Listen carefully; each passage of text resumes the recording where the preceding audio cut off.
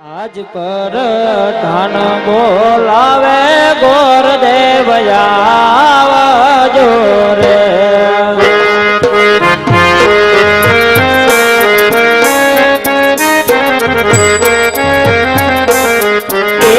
આવજો રાજાને દરબાર પર ધન બોલાવે ગોરદેવ આવજો રે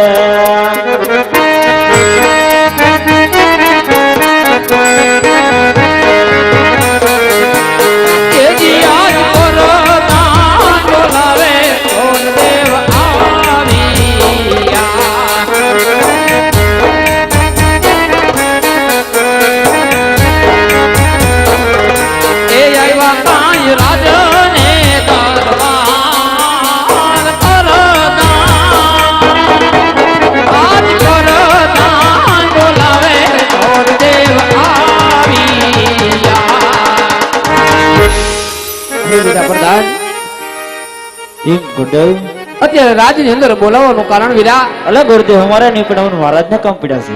જય માતાજી, જય સૂર્યદેવ મહારાજ. જય સૂર્યદેવ. પધારો ભૂદેવ.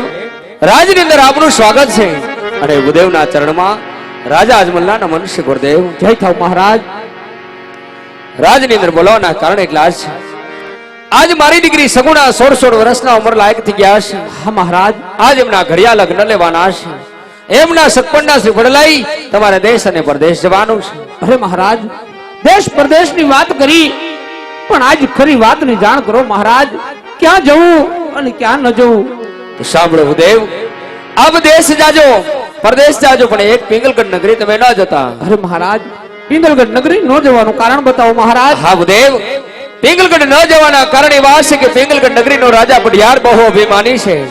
કદાચ તમારા અપમાન કરશે, કારણ કે એમની સાથે મારે 20 વર્ષના વેર ચાલે એટલું જ નહીં, 22 વર્ષના બોલાશે.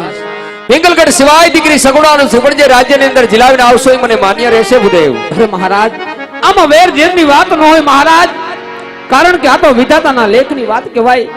પણ જતા જતા મને જમણ હાથનું એક વચન આપો મહારાજ. કહો ભૂદેવ. કે જ્યાં હું બેન સગુણાનું શ્રીફળ જીલાવીને આવું એ વાતને તમે માન્ય કરશો મહારાજ. હા ભૂદેવ, આ મારું તમને સત્ય વચન છે.